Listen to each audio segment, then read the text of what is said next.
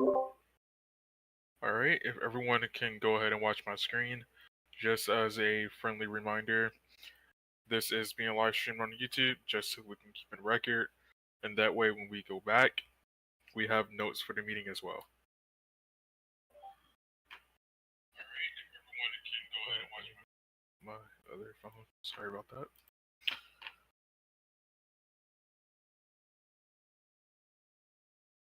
Alright, and for the record, we do have board member Shane, Ordale, Tiger, Token, and Giannis. And we should have Tracy joining us shortly as well. In absence is board member Zachary Cox due to his time zone, board member Swish, and board member Crayola. For the record.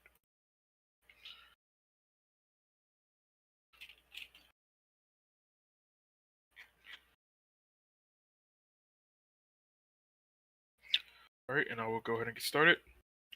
So thank you guys for all coming to, for those who are not board members, coming and listening to the report I'm about to give regarding our WrestleMania event. It was definitely in the words of Michael Cole and Pat McAfee, it was definitely a stupendous event that transpired this past Sunday, and of course, the 6 other days that led up to the event. And on that event, we saw a record-breaking of 104 concurrent live viewers. We had well over 140 people in game. We actually had 2 servers up constantly throughout the entire event. And previously to WrestleMania, just an hour beforehand, we saw 90 plus at the WWE Hall of Fame ceremony for the class of 2024. On Raw of that same day, of that same week, on that Monday, we saw 80 plus users in game, and then for SmackDown, we saw 70 plus users in game. What I'm going to share and show everyone watching here today is our analytics report and our statistics for the event, for also the game, the player base that was there, and just comparing the numbers from last year to this year. First, I am going to start off with our actual game experience. So this is the same game that we actually utilized Raw, SmackDown, Hall of Fame, and WrestleMania. And here are some of our insights and analytics that are pretty significant, I might say.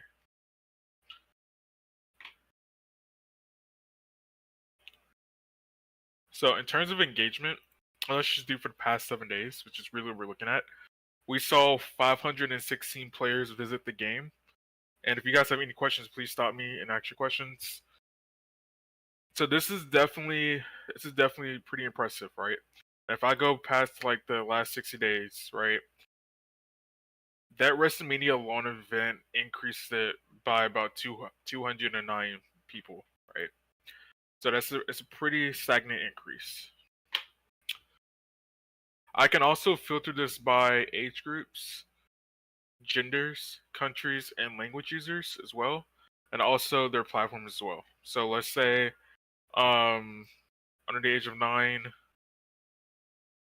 56 players under the age of 9 visited our game within the last 7 days. 9 to 12, 104, and then 13 to 17, 121 users. And then our main demographic that is in our group, which is 18 and plus, is 235. It's also important that we are looking at our returning users and our new users, right? And so 99 users who are new to our content, our group, and our community joined the game within the past 7 days. That's pretty impressive. I can also look at how long they're typically in game. For the average user, that was about 9 minutes or so. For new users, that was 3.7 minutes. This is definitely a decrease. This is something that we definitely want to work on to increase it. The more time that they're in game, the more fun the experience is, and the more chances they're likely going to invest in what we have to offer.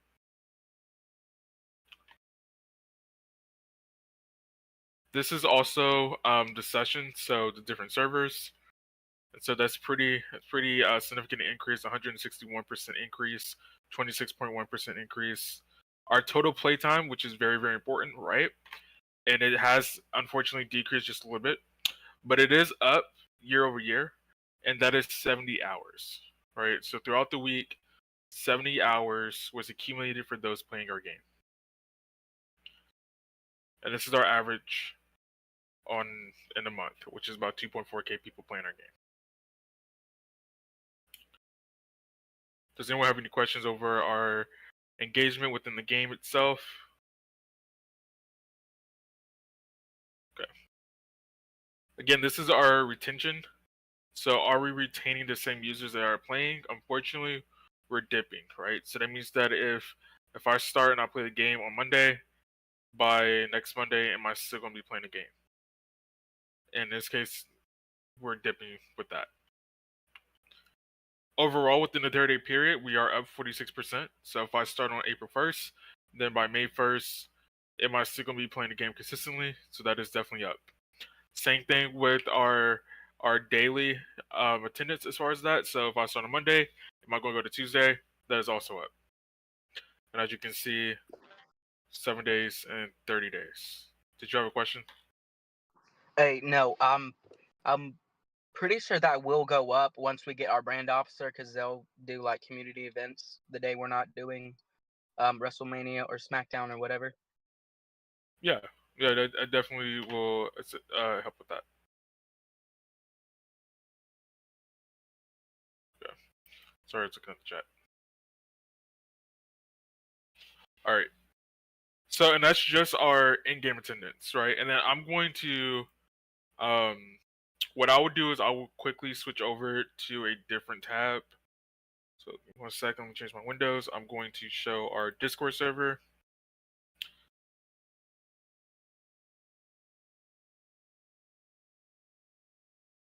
All right, awesome. So, make sure, okay, that I'm not like hear myself talk. So there is a new channel that we did add, which logs whenever anyone joins the game, right? And only certain people have access to this. But if I simply type in this channel and the dates and everything, um,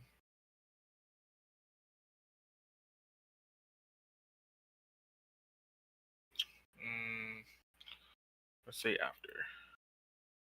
So let's say after the 19th. Okay.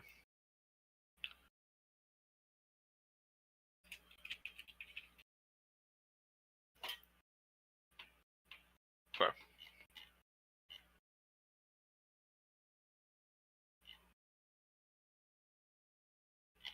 Trying to make sure this is as accurate as possible.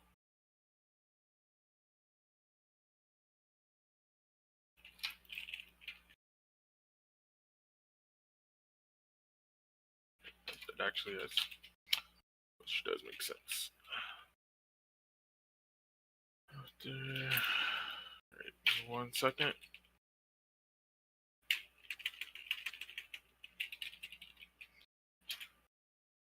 Okay. So from the 20th to the 30th, with the combination of our actual arena game and our performance center, we had 9,000 people join the game. This is not factoring people leaving, and this is not factoring our database system for people. Let's say if we promote someone within our database, because that will also be logged here. This is strictly for any user who has joined our game, meaning our arena and our performance center within the past since the 20th, so within the past 10 days. That's pretty significant. So like if I type in my username, you see I joined the game 48 times throughout that time period. Right? And so think of that multiplies by 90 people, or think of that multiplies by 500 and like 500 and like 80 people within that time span. That is pretty significant. And again, there are no other groups or companies that have our metrics. Okay? And then I'm going to switch it back over. How do I do this again? Oh, I'll go right there. Okay. Sorry guys, I'm still getting used to this.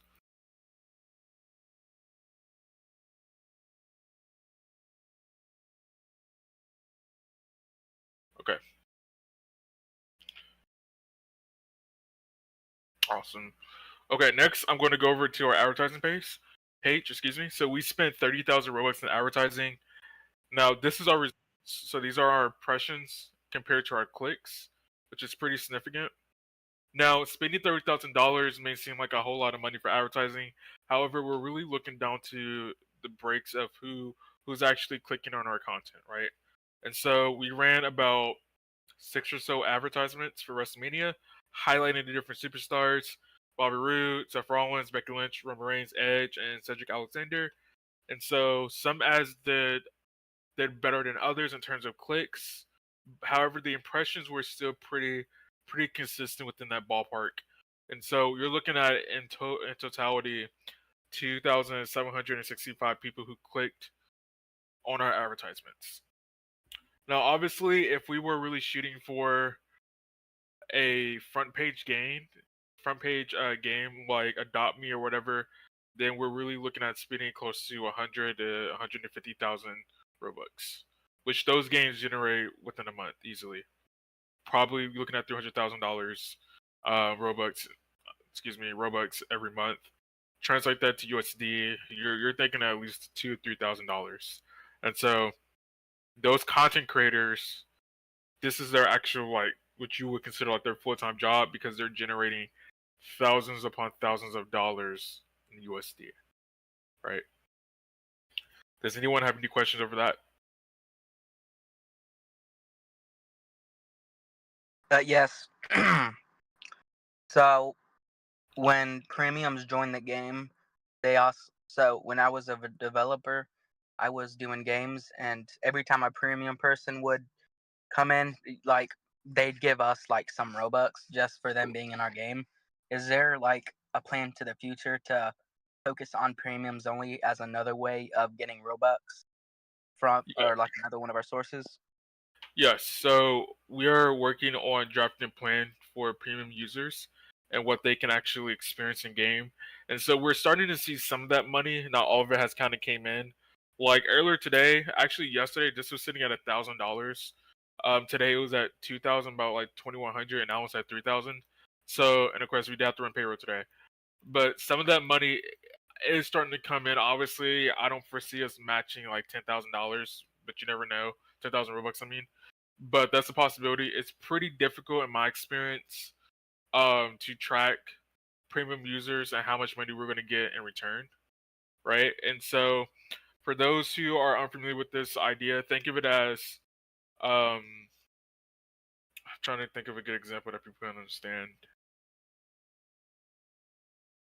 Let's say that I'm a cab driver, and for every person I pick up who happens to be a luxury client, I'm expected I'm going to expect to get some money from them, right?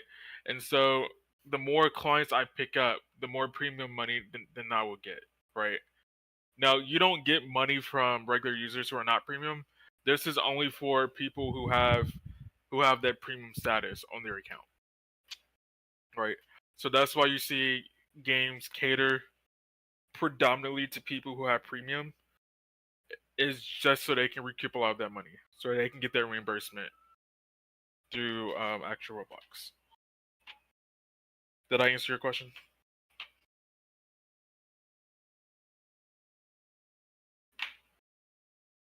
Okay, I mean, it really wasn't a question. It's just like a suggestion. general. Yeah. Okay, and then again, we can break this down.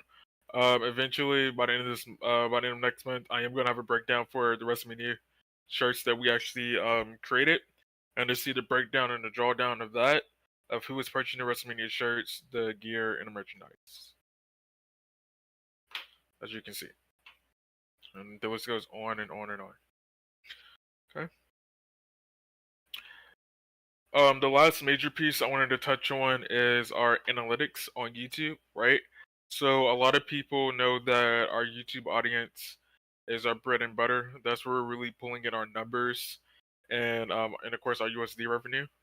And so there's no other person within the community, the entire wrestling community, person or group that can match our deliverables in terms of our analytics and that also is as active and streams as active as we do in terms of our YouTube audience, right? And so right now we're looking solely at our WrestleMania. Actually, I thought this was WrestleMania. I guess not. So this is our page within the past 28 days. I can break this down and go further in the past 7 days. Um, and I actually apologize because I didn't go through all of this. I don't think I did all that because I can also break it down to see which countries people came from and all of that in terms of Roblox, and to see, like you can see, like right here, um, people who, like if somebody came from the UK, I can see how many people came from the UK. Like if I go to like country,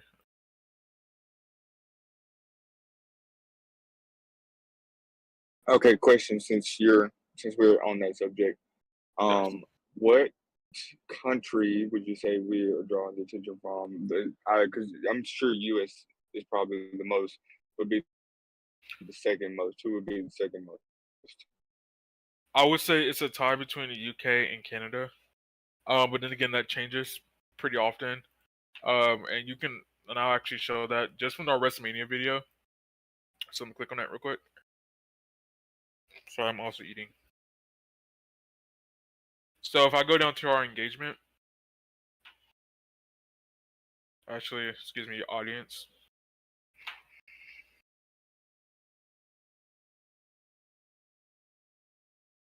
So I can break this down by countries, and this is only for WrestleMania. So a bulk of our audience came from the United States, of course, 2.9K. UK, 159. Canada, 46. Philippines, also 46. Australia, 33. South Africa, 15. Mexico, 14. And so that's pretty much the drawdown. Now, if you guys wanted to, we can get more specific, and I can look at the cities as well. So the New York area, drawing 124. Houston, 38. Australia City, Perth, where they just held the Elimination Chamber this year, 33. Shelby in Michigan, 28. Portland, 25. Chicago, and so forth. And this goes on and on and on. And that's what's and actually there should be a way to expand this because that does not equal up to 3,000. But that looks like that's gonna be the bulk Another question. of our watchers from different countries. Yes. Okay, so some of these lower numbers, are we going to do something to draw more of them? Some of I these mean, lower numbered I think a possibility that we can explore. countries. A possibility that we can explore is doing a show. I don't know, like Germany or France, or having I don't know, like content that is more geared towards that area. But I think regardless, our drawdown is going to be the United States and the United Kingdom because those, and this is only for WrestleMania, so I only talk about WrestleMania. But obviously, if we were to go through our entire YouTube channel, you're gonna look at countries like we have viewership in Russia, Saudi Arabia, India, Pakistan, Afghanistan, really the whole 9 yards in terms of the countries within the United Nations that have access to internet. And so, in terms specifically about WrestleMania, I think that it will always be the UK and the United States. Switching over to our viewership age, contrary to what most people think, our actual target audience is 18 to 24 years old. So that is our actual target audience. It is not people under the age of 18. As you can see, the bulk of that, which is also, if you guys have listened or like follow the ratings or whatever, that key demo is that 18 to 24-year-olds, and so that 35% is our biggest chunk of people watching. Followed by that is 35 to 44-year-olds, which is 20%, and then 25 to 34-year-olds, which is 19%, and then 45 to 54, which is 10%, and then you get that 13 to 17-year-olds, which is 11%, and then the 55 to 64-year-olds, which is 2%. So the lower people, again, contrary to what most people think, older people watch our content, and this is only for WrestleMania. Looking over at the gender, we have more males. Of course, wrestling is pretty much a male-dominated entertainment beast, if we would just want to call it that. Compared to our females, so we're at 89% and we're at 10%. Now I'm going to skip over the dates and the revenue source to go to our subscription status. This is really what I care most about in terms of how do we improve our content. Our goal always is to not only retain viewership but attract new viewers to our content. And so as you can see, we successfully did that with a pretty much a 23% markup in terms of difference, but we have we have more non-subscribed users watching our content, right? So our hardcore audience, quote unquote, is that subscribe audience, right? It's that 37%. But that other 63% is our casual audience, or the people who kind of just come in and check, well, what are we doing? What do you have to offer? And again, this is only for WrestleMania. Any questions over that? Okay. This isn't as relevant, but it's basically determining if it's from like the browser or the app. This is pretty much relevant to you because TVs, right? So let's say I hook up my phone to my TV and I sign in on my YouTube account, then obviously that's probably going to count out under the phone. But if you have like a smart TV, you have the YouTube app on your smart TV, then those are the numbers. So the fact that people are watching on an actual TV and a phone is pretty significant compared to a computer and a tablet, right? And these numbers are pretty consistent throughout.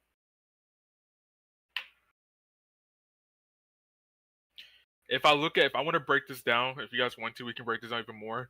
But this is really looking at the viewership by date. So by the end of the day, meaning WrestleMania started at about 5:30 or so, 5:45. If we went up until about 8 o'clock, 8:30, 8:45 or so, we hit 1,792 views. We increased 825 views the next day. We increased 444 views the next day. And then just here yesterday on Thursday, we increased to 839. Okay, so we're nearing that 4,000 viewer mark, and it also shows that we raised $21 on the actual day, right? And I can talk more about that. And thank you to those users who did those super chats, because I always hear about it when I'm watching like a podcast there, but to actually experience it and see what it actually does, it's pretty impressive, and we do say thank you for that. And again, that's where that $21 come from. Is from our super chat, and of course, we are able, even though some of our audio is technically copyright related, but we still draw down like cents on a dollar. So that goes back to our YouTube account because we have monetization on that particular show. Like I can look at transactions. Surprisingly, I would have thought this would have shown if they're paying with a credit card or like through Apple Pay or whatever. Pretty sure we can find out. Oh, cart right there. There we go. So, interesting. It's not showing it. Let's say if somebody wants to make a copy of a video, that will pop up under here.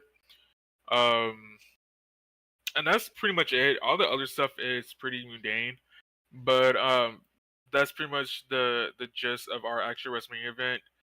I can draw it down even more, right? So I can look at Apple. We have about 1,200 people watching on Apple, Apple software, Android, Windows, Roku, probably obtained it legally if you're doing Roku. PlayStation, Xbox, Amazon. That's actually pretty impressive that we have people utilizing YouTube through Amazon. And again, it goes down and it goes down and it goes down.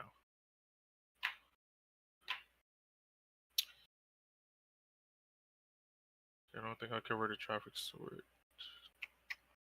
This is also where did they figure out where the video was. We have 400 people who actually searched it up, recommendations, and so forth. And so that is just our WrestleMania review of WrestleMania 5. So this is our YouTube performance. You guys have any questions overall? Quick question. So that video, the part that you literally just talked about, what was, how was it searched up? Like, what would you say was the most? Was it searched up or was it recommended? I Like, would always, what draw the most attention? let me go back to it. Actually, what is browser? Hold on. Actually, I'm actually curious about what that is, or what they would define that as. Or can I not go back? Okay. Okay.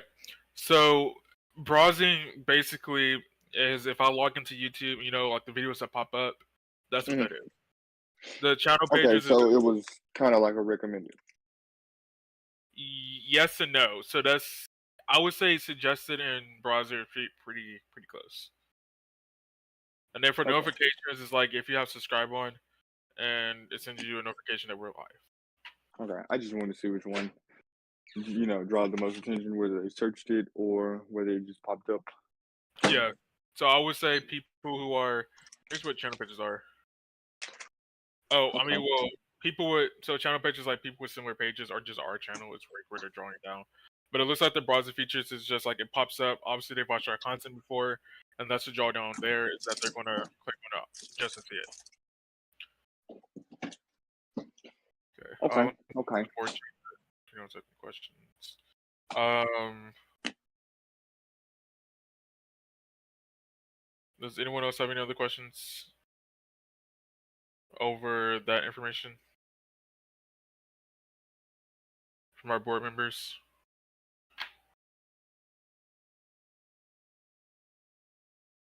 I don't. Yeah, I don't think this question will necessarily pertain to this. It'll be more towards like the production side of things. Yeah, go ahead. So you know how some time ago we were doing where we did like cutscenes at some point, and so was viewership up more then, or was it, kind of the same? Because I want to look at the difference on how we can grow our viewership. Yeah, I would say from a analytical standpoint, it's pretty much exactly the same. So if I go all the way back, if I just go all the way back to just our channel analytics, this is the last 7 days, so we had 9,000 people. That's pretty consistent. We're constantly going to get an average of, I want to say, 24,000 to about 30,000 views every single month. And so that's pretty average, no matter who's the champion or who, like, what type of production value we do. That's mainly because we prioritize our brand aspect of it. So we want people to know more about WWE on Roblox on YouTube, WWE X Roblox on Twitter, and so I want to say we just made our branding aspect of branding the company superior to the production value and the actual individual superstars. Okay. And then, of course, we definitely increased subscribers within the last 7 days. So we increased 118. So that's very, very significant. It's a massive jump. As you can see, that's 269% more than the previous 7 days. And we're sitting at 6,335 subscribers. And we had 2.7K watch or views within the last 48 hours. And then I can break down our top content and all of that. So, I mean, even right now, people watching this is getting rated pretty high. Our conversation.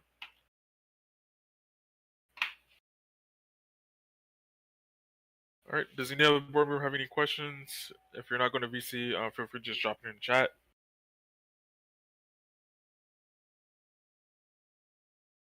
And I will say that our analytics is what really drives our creative process. Again, contrary to a lot of people's beliefs that the booking should be focused on the gimmicks, it's really focused on the business aspect of it. And so if I know that developing someone who wants to be Matt Riddle, for instance, and putting them on TV and showcasing them is definitely going to increase people's likeliness to watch our content if they see Matt Riddle, right?